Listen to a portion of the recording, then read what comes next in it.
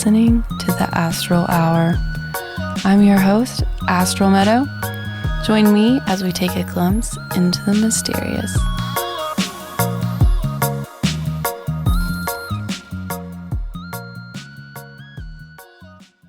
Welcome, everyone. Today I'm joined with Lotus Light. She is a multi-faceted artist, certified yoga teacher, intuitive healer, and soulful belly dancer, whose work flows through many realms of creative and spiritual expression. On her YouTube channel, she shares a beautiful range of offerings, from tarot and chakra readings to yoga, meditation, belly dance, and her own unique frequency-based music and sound healing. Lotus also brings a powerful voice to the path of recovery. Having healed from alcohol, drugs, and tobacco, she also is the creator of 2 stunning decks, a goddess oracle and a chakra card deck, each infused with her own original artwork and intuitive guidance. Today we're diving into her journey, her healing practices, and how she channels art and movement as sacred medicine. Welcome to the show. Thank you. Thank you for having me. Yeah, thank you for being here. I'm so looking forward to this conversation with you and sharing some of the beautiful work that you create with our audience. Thank you. So, to get started, can you share a little bit about yourself and your spiritual journey? Being such a multi-dimensional artist with painting, music, movement, energy work, how do you weave all of these things together within your healing journey? Well, I guess I do also want to say that I think that that was a beautiful introduction. I think that that was really sweet, so thank you. Um, I do consider myself multidimensional, actually. I kind of think that's like what's happening here on planet Earth. That's my perspective. Um, and I love myself, and I feel like it's been quite a spiritual journey for me so far. But the question was, how do my creative outlets weave together? Sometimes organically. Sometimes I feel like one creative thing can lead into the next. Uh, Sometimes I plan things out, I guess in accordance to how my energy might flow with my body, mind, and spirit. Sometimes I dance and paint. Sometimes I sing in the mornings. Sometimes I just get like an inspiration and just take a baby step forward. And sometimes from that step, I can see like the next step or the next 12 steps, pun intended. Right. I hope that answers the question. Yeah, I love the multifacetedness. And as you were talking, I was thinking of this quote, and it's something along the lines is like, once you step onto the path, the way appears. And I think with art and some of these creative things, we can prepare as much as possible, but it really is once we dive into it, it starts to unfold in these really beautiful and many times unexpected ways. Like we just show up, we give it our energy, our intention, and then it ends up leading us in a lot of ways. So I really like how you explained that as the creative process. So could you share a little bit about your goddess oracle and chakra decks? I was honored to have a reading with you. I really enjoyed it. What was the inspiration behind them, and how did the process of channeling and creating them unfold for you? Yeah, I like the way you mentioned that. And I did enjoy the reading as well. Thank you. I mean, I think my journey with the goddesses began years ago. I was living with a wise woman. I don't know if she would call herself that, or goddess priestess. I'm not sure exactly what she would call herself, but she had runes, and she also had like an oracle deck with goddesses, and it had a guidebook with it. And I think that was my introduction to the like multiple goddesses and learning about them. and I spent time living there and learning through that as well. Um, but continuing on with the question for inspiration for the goddesses, I think this goes back, like this goes into years later, actually. I was pretty much finishing my first tarot deck, and well, it was the major arcana of of the tarot, but my version of it, which was a whole different journey, um, kind of like more feminine, but also fire circus themed. Ooh. Um, but I think it was around that time that I finished painting that tarot deck that I read a book called Goddess Reclaimed by Sima Corral, and I loved it, and I was re-inspired by the goddesses. You do such a wonderful job sort of channeling the goddesses into form through your creativity. Thank you. So I just thought it would be kind of fun to start painting goddesses, and so somewhere along the journey, I decided to create my own goddess embodiment course, online course with belly dancing and yoga and um, meditation. And I guess along the journey, well, I had already been doing belly dance and yoga and meditation on my YouTube channel, and that's actually how I started my YouTube channel.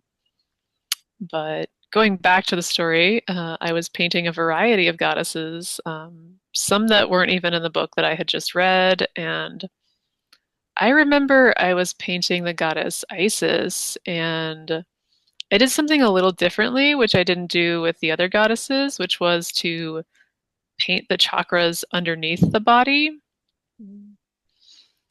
And I think that really inspired me to start the project of painting the chakras. Ah. And after a while, I think I was doing both projects at the same time, both the goddesses and the chakras. And I kind of felt like there was some sort of divine alchemy happening in my life during that time. And I kind of connected it to how this was my relationship with the goddesses and the chakras. And I was just kind of thinking of how valuable it would be for women to be able to have a practice where they could connect with divine goddess energy and also a chakra, as a way of connecting the body and like the metaphysical. And so it seems to me there's like some inherent essence of connecting these aspects that has brought a lot of balance and beauty and um, peace into my life. So I just thought it would be something worth sharing. Yeah. I really enjoyed the combination when you were doing the reading for me of having the goddesses alongside the chakras like that. It kind of made me think about the seven rays, which correspond with all the colors of the chakras, and how certain deities, tend to correspond to certain places. But I like how your combination is just so intuitive for that person being read for in that moment that maybe for me, that particular goddess was bringing forth something in my reading for my crown chakra. Like there was something to be known from that space and from somehow allowing her resonance to open that for me. And after you did that reading, there was quite a few synchronicities that happened afterwards, and it really continued to feel like it that goddess was speaking to me.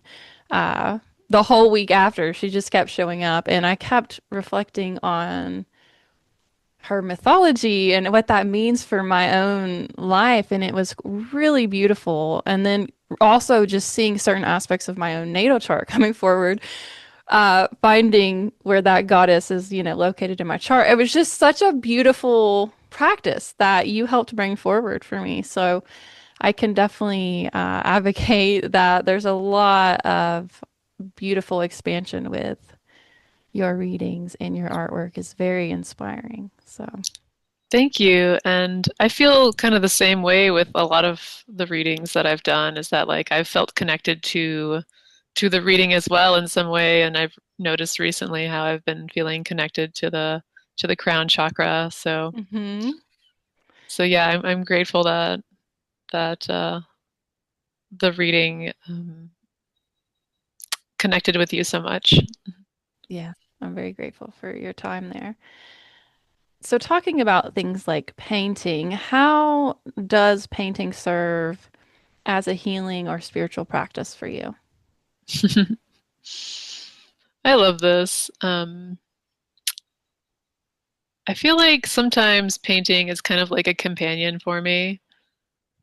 I mean, it has its. When I was traveling a lot, especially, sometimes it felt like a companion. But it's also kind of like a teacher at times for me, like teaching me about my own inner experience, and about the mental connections that I have already, or new things that I haven't seen. Um, and sometimes I feel like it can serve as like an emotional outlet for me, depending on the day and I suppose what's been going on. But um, yeah, I think when I was traveling, it would sometimes be like the highlight of my day. And I mentioned companions, but I also have a few stuffed animals, and sometimes they're also companions as well. But I also like to listen to music and frequencies, and sometimes like dance and paint at the same time. hmm So there's like that somatic healing aspect of it as well, I believe, and which I think is kind of therapeutic and fun. Yeah, Yeah, I think it's fun. for sure. I like thinking of painting as a companion. That's a beautiful thing. I think some people, Do you I paint? yeah, yeah, a Oh, multimedia artist. nice. I do embroidery and acrylic and watercolor. And this painting behind me is mine. Is that Um, collage or is that acrylic? it's oil. It's an oil painting. It has 26 layers, 26 different days, 26 moods. And it's a reflection of me at the time, that I created it. And I love abstract sometimes because there's moments where I don't really have like words or structure or an idea. And so sometimes I just let colors speak to me. And I love this as a practice. I've done grid paintings like this, which is layers of colors with children. And a lot of times children will say, "Oh, I just, there's all this structure." And I'm like, "Well, that's just one expression of painting that you can choose to do if you want to." But I think the healing part that comes from the painting is that it's yours. And like you say, companion, and like what we need from a companion might be different on different days. So sometimes the structure and really thinking about the concept is actually very healing. And then sometimes just playing with color is healing. And anybody can do it, it doesn't have to look like anybody else's. And honestly, it probably is more healing when it doesn't, because it's going to be authentically yours. And so I love thinking about it as a companion, because I don't even know how I would have gotten through life without having some kind of artistic tools around me. Sometimes it's paint and sometimes it's thread and sometimes it's glitter glue or whatever. Like it just, I've, even as a kid, I would work with the tools I had at the time. And I love glitter too. I yeah, still do. yes. So yeah, I think it's quite beautiful imagining it being a companion, because it really has held me. And I try to encourage people to connect with that creativity and allow it some kind of space. It doesn't, because I hear so often, like, I can't draw a stick figure. I'm not an artist. I hear that way more than somebody truly owning their own creative expression. So I love that you Yeah, show up in that space. I think me doing the artist way years ago was a big help to start unraveling Hmm. that process of becoming. Right. Yeah, that author, I follow her daughter's account. I think it's Inspired to Write. And she's helped me so much in the writing aspect of my creativity. So it's interesting the mother-daughter combo, but they've inspired me in two different fields. And sometimes it just having that little bit of a push or encouragement to trust the process is so nice. And having little teachers and guides and stuff is great for those moments of doubt. And so we've talked a little bit about music in our previous response. What role does music play in your personal rituals or offerings? And how do you approach creating your frequency-based sound work? I like this question too. Thanks. Um, and I'm being connected to something that I talked about in another live stream, which was about the medicine wheel, actually. But it's just something that I thought was interesting is that, like, the word ritmo in Spanish, it correlates to the word rhythm, I believe, in English. And I just thought that was interesting because to me, that, like, the rit part sounds like ritual. Mm, And as a dancer, I think that there's a connection between frequency and rhythm, helping to inform the steps of a dance. But going back to the painting thing, I guess my thought process behind that is, like, if I'm physically putting my energy into the canvas when I'm painting, then I believe that the frequency of what I'm listening to has the potential to help bring me aligned into the frequency of what I'm trying to create mhm. through that frequency or rhythm. And in that way, it's like I believe it's helping to inform the steps or the flow of that rhythm for me to channel my energy into the canvas through my body. Does that make sense? Yeah.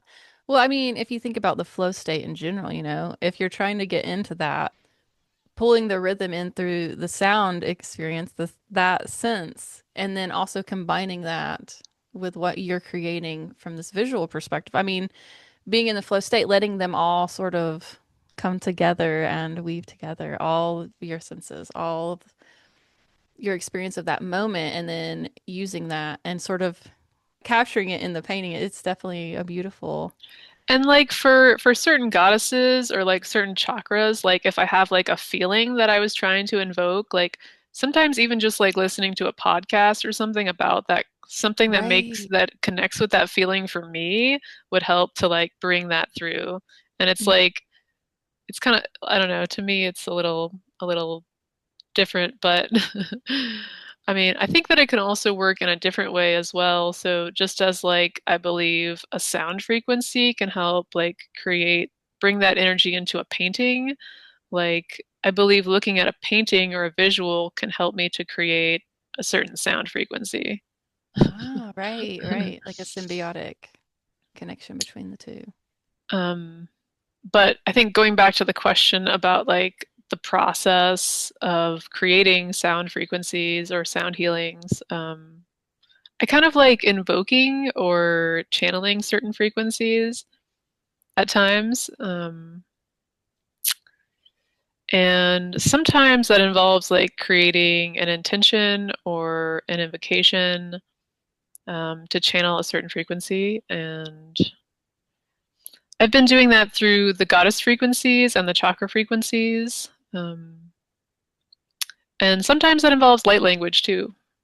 Beautiful. Can you share a little bit about how Reiki, light language, and the card readings came into your life and how they support your practice today? Reiki is the newest one out of all of those for me. I love it, and I also love receiving it. I find it very healing. Um, and I feel like I'm still learning about it. But I guess the light language I've been doing for a little while, over a year, and for those who aren't familiar with light language, I believe light language is like connecting to a frequency and kind of like channeling that frequency through the voice. And I started doing this with sunlight, um, just by practicing by going outside when there was sunlight, and connecting with the sunlight frequency and channeling it through my voice. But I don't always need to be in the sunlight to flow with the light frequency, the light language. As far as the card reading goes, I think that one is the one that I've been doing for the longest, and I actually don't know how long I've been doing it, honestly.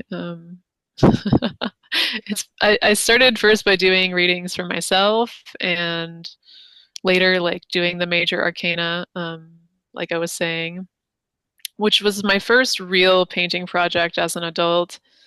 Um, I mean, I had done like a few other paintings in my life, but it was kind of like, okay, this is like my first real commitment to painting.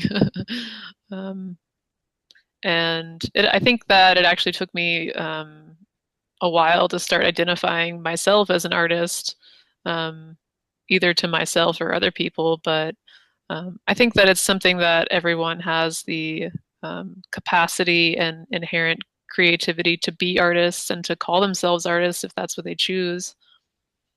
Um, and I guess recently I've started doing live streams with the mini card readings and the Reiki and the light language. Sometimes on my YouTube channel, sometimes on my Instagram. But yeah, it's been fun. And sometimes I think about doing like an exclusive Reiki video or light language or maybe both together. It's been on my idea and thought list for a bit. And I do offer private card readings as well, and that's available on my website. Awesome. And you do those through Zoom, right? Or Yes. okay. Well, I could do them live or Zoom, but yeah, Zoom is probably easier for more people. Right. So, what does channeling and working with light language feel like for you? Is there a way that others can begin to explore this intuitively for themselves? I mean, sometimes it just feels like being in the moment. Um, I think there are times that I've noticed, like, if my ego mind tries to tell me that, like, my voice is off key or something, that, like, I just try to come back to center and just try to be open to what frequency would like to come through next. um, but I think the frequency can be really healing. And so sometimes when I'm doing it, I feel like it's healing for me as well. Um, and I think that it can also, going back to that idea of the intention, um, I mean, I think if one is bringing that intention into it, I think that that can be helpful, or an invocation. And I just think that it's nice in general for, like, say, magical practices or like rituals or ceremonies. So I kind of do that with a light language, putting in an intention or an invocation. So I just think that that's something to consider if someone else wants to do light language. That's beautiful. I love how it can be just a simple intention and connection. It doesn't have to always be this, you work for years to get to this space. It's like humans naturally have this ability, I think, to connect and be in resonance with, the environment around us and with the light and with the earth. And so, Yeah, I love it. um, I mean, I think when I first started this, getting into the light language, I was also doing painting as well. So I noticed that sometimes when I was like painting a certain symbol or shape, and I was just going out to do the light language, sometimes I would notice like that symbol or shape showing up in my third eye. And so I was kind of like connecting with the symbol or the shape and bringing my voice into almost as if I was painting the symbol or the shape with my voice through the frequency, if that makes sense. And this is where I think that that's kind of like a type of synesthesia, perhaps, that I have. And I think that I think I remember on another Astral Hour, somebody else was talking about synesthesia, and I actually got really excited because I was like, I think I have synesthesia. Yes. So, um, what is it with the synesthesia that is like certain sensory things sort of crossing over? And what is that? How would you explain that for someone that didn't know or had never heard of synesthesia? oh my goodness. I don't feel like I'm the person to define it. Yeah. I remember But as a kid, the first time I ever heard of it, I was reading about Billy Joel and they said he had synesthesia and when he played music that he saw color. And I remember just thinking about that and I'm like, how cool, And he's just your average guy. Like he doesn't even come across as the spiritual person and he was just having this sensory experience while playing piano. And that was my first introduction. I was like 10 reading about Billy Joel, but it was definitely something that made me want to explore it more. I think like what does it feel like to have that kind of synesthesia? Well, I'm wondering like I guess I'm changing the question to like, well, what does it feel like to have that sort of synesthesia? Um, Right. like I think for me it depends on like because sometimes when I'm listening to like a song, there's like a music video going on in my head simultaneously. Yes. I don't know, do other people have that out there? I do. I feel like I'm constantly singing music in my head with everything or seeing pictures. So I guess it just seems so natural to me that I don't even pause to think about it sometimes. It's just like overlap. Okay. All right. Well, I guess so like sometimes it's like I can see like an entire music video in my head while I'm listening to music and hmm I mean, I guess sometimes it can be like electrifying, like all this energy is coursing through me, and sometimes it's like not that great. I guess it Right. just depends on how my brain is visualizing the frequency and the sounds together. Um, but before we finish this topic, I did want to say something else about light language because I didn't coin the term light language, and I believe there's many other people out there that do it, and there's many on YouTube as well, and they're also inspiring to me. But I guess I just wanted to say if anybody else out there is open to it, you know, I would just encourage them to, if they want to make an intention and then start taking steps in that direction. And another thing is that opening the throat chakra really helped me. So I do have a throat chakra meditation and yoga class on my YouTube channel if anybody's interested in that. Um, and I guess I'm wondering like if anybody's interested in like kind of like a workshop sort of thing, like an opening to light language workshop. Let me know if anybody's interested in that. Yeah, I think that's a good idea to help people kind of dip their toes in and just get comfortable. And I think the group energy can be really supportive sometimes. It's like seeing other people doing it and it making you feel more confident that you're doing it right. I feel like so many times we're like, am I doing this right?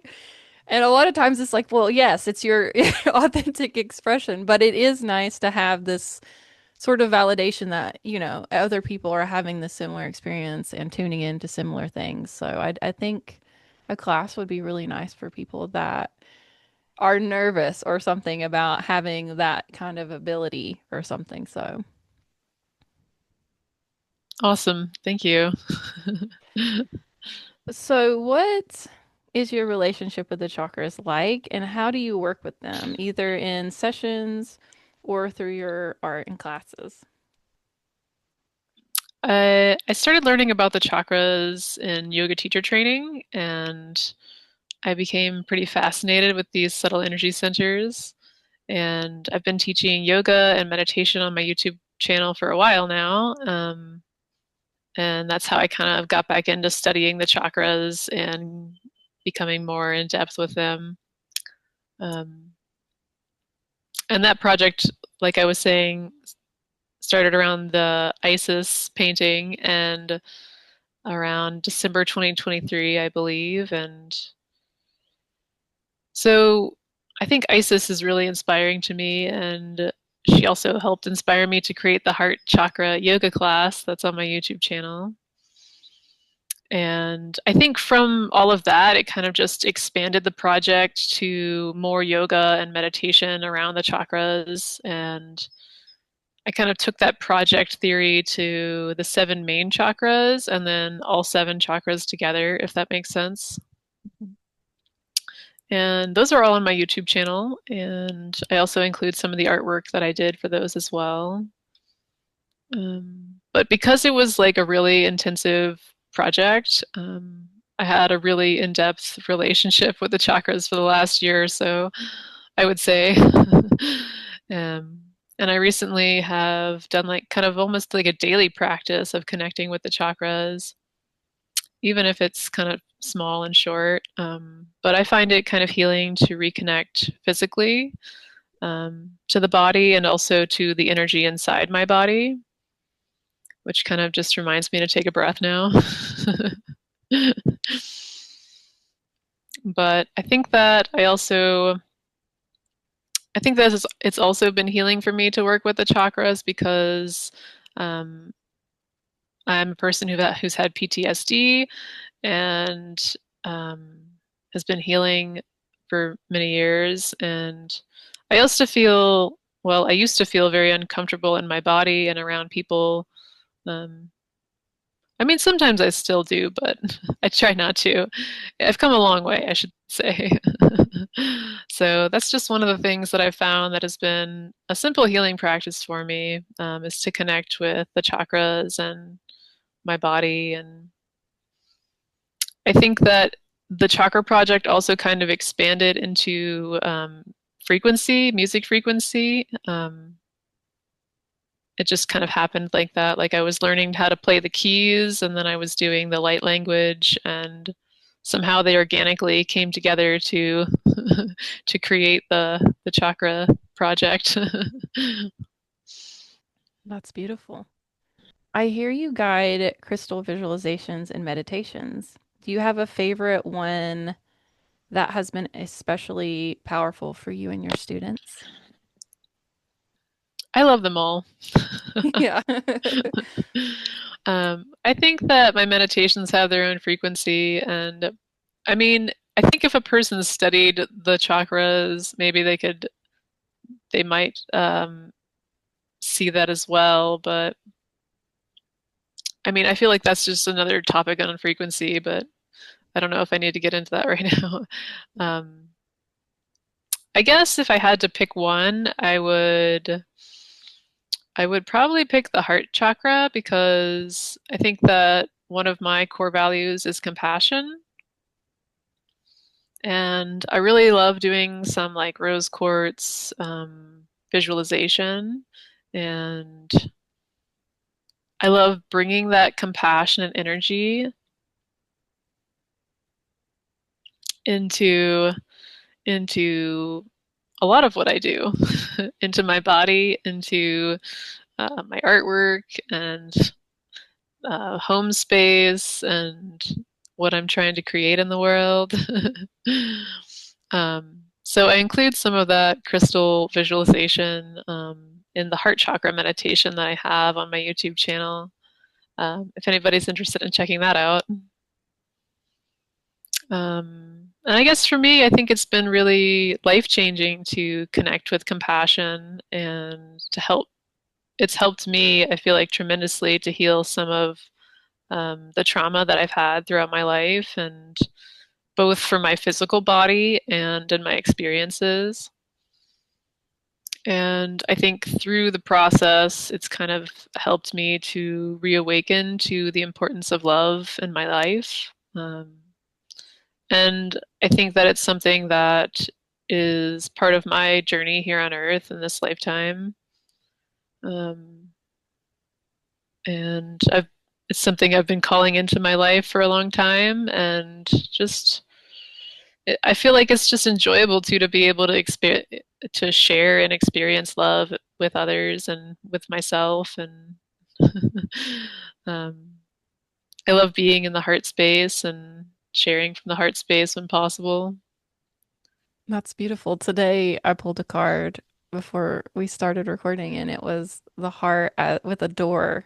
And so as you were talking, I was reminded of that, and I felt this like flutter in my heart space. So that's really, really beautiful. And I love that you pour your heart into all of your work and you really live it. I think sometimes people separate these things and it's like it's part of our lives, it's we pour it into every aspect of life, and I can really tell that you embody love, and I appreciate you sharing that love with others. So, I do my best.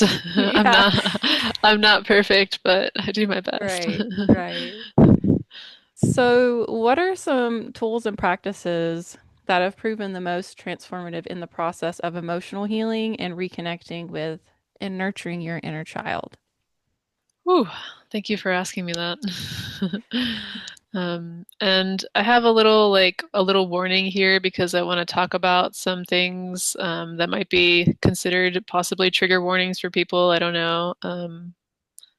But I do have some things I'd like to speak on around abuse, because I think that that's something that I encountered as a child was some verbal abuse and physical abuse, and I think that that abuse created a lot of emotional issues for me starting from a young age,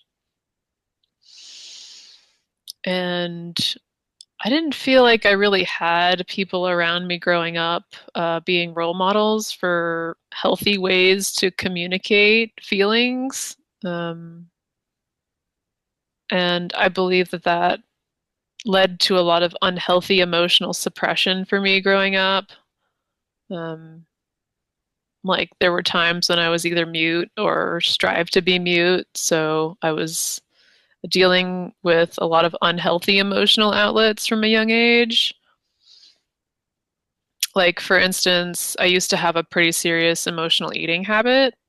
Um, but I feel like for me, singing and speaking my truth over the last few years has helped me to unblock my throat chakra, which was suppressed since childhood around a lot of that stuff. I had a similar experience as a child navigating some of that. I also went where I didn't really speak. I would write because I didn't want to speak, and the throat chakra healing was huge for me. And when I was even younger, I had a speech impediment. So there's these, I kept running into these walls where I was struggling getting my voice heard. And, it just, there's something really beautiful about giving yourself space to explore that center and just reflect on, okay, where's the block? What can I do to nurture this aspect of myself, to give myself the freedom to express and then the safety, a safe place to sort of practice that expression, And that's where I feel like the singing, I love to sing, but I did not sing.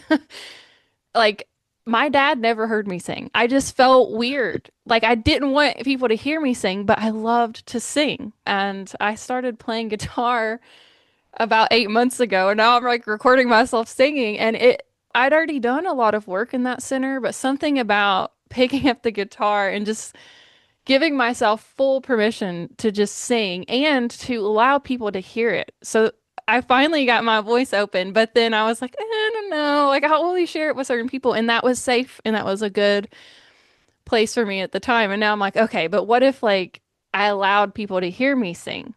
What if I just didn't even care about their response? So I just shared it. And I feel like it's been really inspirational because people are watching me and they're like, oh, well, you just picked this guitar up. Like, I might be able to do that. And I think it's when we use our voice, it can really inspire others who've had those similar experiences to start opening there too.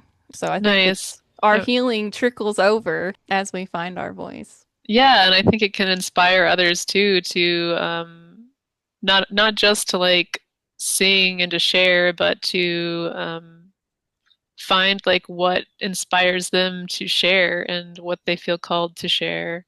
Right. I think over time of realizing how important it was for me to connect with my own emotions and to speak my truth, I started learning about NVC or nonviolent communication. And I guess another way to say that would be empathetic communication. And I feel like that for me has helped me to express my feelings. Well, it was kind of a start for me to help me to express my feelings and have a safe container to do that.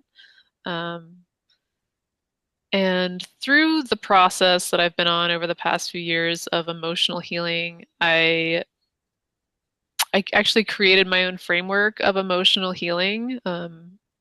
Well, I call it emotional awareness and flow, but it's helped me to get in touch with my emotions and to kind of flow through that in a way that serves for me. Um, and I've had a lot of great teachers. I feel like over the way along the way, including Marshall Rosenberg, who um, was one of the leaders of nonviolent communication. But I think if anybody's interested in learning more about what I'm talking about, I have a live stream on my YouTube channel called Emotional Awareness and Flow. And it talks about that framework of connecting with emotions and using some steps to flow through that emotion. And I feel like I also have a worksheet on it if people are interested. Um, so yeah, I think that's what I wanted to share about that. So, what would you say to somebody who is just beginning to unpack some of their emotional wounds, but they are looking to approach exploring those more gently, spiritually, and creatively? I think my question for that person would be like, what healing modalities interest you or that person? Mhm. I mean, I think if they're interested in types of healing like bodily healing, healing trauma through the body, I think one thing I would suggest is probably to find something to get the body like moving, or possibly shaking things out, um, to help release whatever happened with them or some set of emotions that they're feeling connected to. And for me, I think one thing that I liked, and sometimes I still do like, is ecstatic dance or free dancing. Um, and I mean, also there's belly dance, and so there's that like shaking element to the belly dance. Um, and I think the shaking element can help release pent up energy, which I think is helpful. Um, but I guess there's other ways of looking at this too. Like if someone is interested in meditation, um, either like noticing thoughts or like connecting with their spirit, I guess I would say maybe starting with like 5 or 10 minutes of like a meditation practice a day, and just seeing if one can grow that either with practice or consistency, whatever someone feels called to try, I suppose. And I actually have an introduction to meditation class on my YouTube channel if someone's interested. And I have other meditations too, like light visualizations and the chakra meditations, like we were talking about. Mhm. But going back to the painting thing, like I think painting is therapeutic, like I was mentioning. But before I was painting, I was drawing. Um, so I think if someone is interested in learning something like painting, well, I say learn, but I think that I was mostly self-taught for years. I did have teachers, but before that, I was kind of like observant and like looking at paintings, um, and just finding what I was interested in trying and just going for it. Um, so I guess I would suggest just someone taking some time just to draw whatever they're interested in, and if they wanted to try that, even if it's just again like 5 or 10 minutes of drawing. Um, I think for me, what's been valuable is just finding something that I could come back to with some consistency. And I feel like that's helped me to gain skill and confidence in my abilities in these kind of different realms of healing over the years. um, and like, I feel like it's not set in stone. Like, I feel like, you know, things can go and things can come as a part of healing, and that's fine too. Um, I would say to someone who's trying to heal emotional wounds or to do deep healing work, um, would be perhaps I would suggest to find something that feels like it's serving one, but also that there's some way where they can integrate it into life, Hmm. if that makes sense. Yeah. Yeah, I think integration is key to actually embodying some of the practices more and them not just being this outer experience and bringing it home to ourselves. All right. How do you envision a world where people come together in unity to create something beautiful? What does collaborative healing or creation look like to you? I feel like this is a big question. Yeah.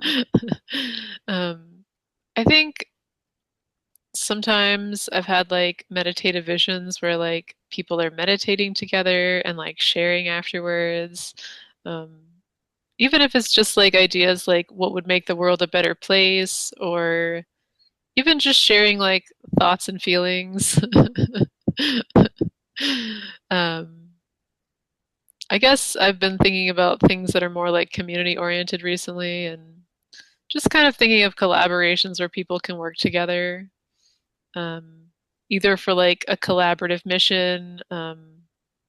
I'm kind of saying the word mission kind of loosely, but uh, or have shared values in some way. But I guess what excites me about doing things kind of collaboratively is like with creative situations where like people are collaborating in ways where they can contribute to the enjoyment of the group as well in some way. And I guess part of what this boils down to is like I would like to see like a world where people are doing things that they want to be doing or that their soul feels called to be doing. And I guess I could be another way to say this could be like a healing community. If there's like healers who want to share in their healing skills with others who are wanting that, and maybe there's some kind of like synergy going on with like living situations where people are like helping one another.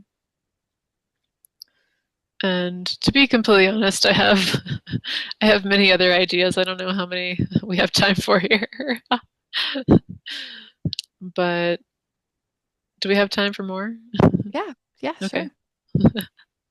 Okay, so another idea I have is like an online marketplace, and I'm also saying that kind of loosely because it could involve bartering, but like healers and community members could like exchange goods or services for like a healing service. And I mean, there's it could go in a lot of different ways, but one way it could be like people offering spaces for healers. Um, and like say if someone has like an extra space that they're not doing something with, like maybe they could offer that to like a healing practitioner for a certain time frame. Um, and maybe this could lead into something like retreat spaces and like connecting healers together to co-create um, more easily. I mean, it could go in a bunch of different ways, but that's just some of that idea. And another idea I have is with creatives with Airbnbs. Um, and this is something that I've thought a lot about because I've wanted to do this, but um, and I don't know how it could be technically. I don't know how it would all the out and ends of it, but just somehow like Airbnbs where there's multiple parties and creative people creating Airbnbs and over time, like saving money from some of that to go to a bigger investment of like an eco lodge or like a retreat center or something where like people could do workshops and healing classes. And I mean, maybe there would be like, I don't know, tiny houses or RV spaces or I don't know. It could go in many different directions, I suppose. I guess that kind of leads me to like the regenerative kind of thing. Like I'm really into sustainability and I got a degree in environmental science many years ago. Well, about 14 years ago now. And in 2021, I made a documentary called the Sustainable Living Documentary, where I traveled around the southern U.S. and talked with people who had natural building projects and who were living with the land. And some of them had solar panels, and I used to have a solar panel too. But anyway, I guess what I'm trying to say is that I believe that it's possible to live in harmony with the earth and one another. And um, I also think that it's possible for communities to be switching to um, renewable energy or sustainable energy or alternative energy and phasing out some of the older energy models like fossil fuels. Just because I feel like it's probably more sustainable for the earth and for humanity as a whole. Um, and I think that if it were like economically practical for everyone to do this, it would probably benefit humanity and the earth. How could people unite together in love and light? And how can we each contribute to that vision in our own way?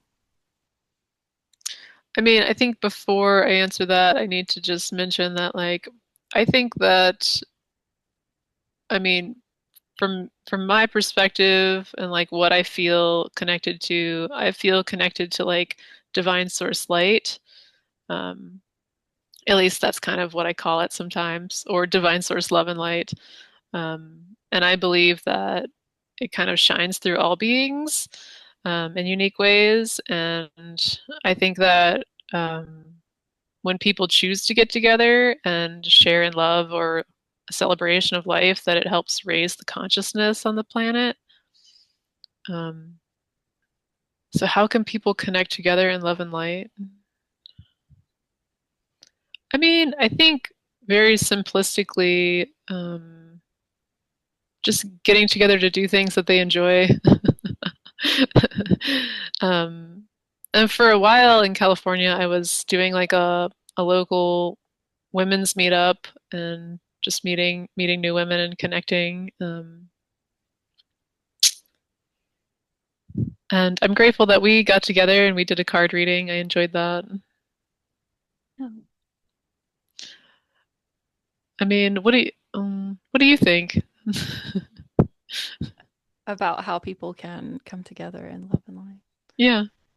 Um, I've been reflecting on community and safe spaces for people to really express their own authentic voice, and I've also had some hardships within certain communities where I feel really like sometimes they can get cliquey or there's like you have to believe or act a certain way. So that's something that's a challenge for me within communities. But I think my like ideal vision is people being able to be their own individual authentic selves, um, and to be able to express their own creativity and their voice in their own unique way while also being in this beautiful community space with others, and the differences being celebrated, and each person's gifts, and their voice and everything being accepted and honored. And that's kind of how I Oh, I envision it. I think that that's beautiful. That reminds me of the flower of life. That's Mm, kind of how I see it, is like that's another way of how I see it, is kind of like there's like all these petals that interconnect with one another, and um, I kind of see like every being on the planet is like just part of a seed or a flower mm, petal in that full spectrum, and how we're all connected. right, But right, it's all it's both the individual and the whole. It's like right, right. The balance of both. And I feel like that's where I've kind of teetered back and forth because I don't want to lose my sense of self in a group. But I also need, we need other people. We need community. We need the safe spaces. And so it's just constantly for me coming back on to like where I feel comfortable. Do I feel safe expressing myself here? And if I don't, then I might retreat and look for that space within a different community. But yeah, it's like a theme for my life. It's trying to be my authentic self within the group and also honor everyone else's own uniqueness. So, well, I just want to say thank you for having me on the show today, and I'm grateful for you doing this show, Astral. yeah, well, thank you for coming on. Before we wrap up, could you quickly just share how the audience can connect with you more and support your work or potentially follow your YouTube channel? Yeah, so I have a YouTube channel. It's youtube.com/ at Lotus Lightheart, little at symbol, Lotus Lightheart. And my name is Lotus Light. And I have a website, trinitywavedesigns.com, with readings. And I also have an Instagram, which is at t.wave.designs.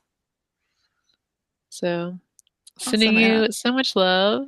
yeah, thank you so much. And I'll add all of that into the description for those who want to follow and work with you more. So thank you so much for your time.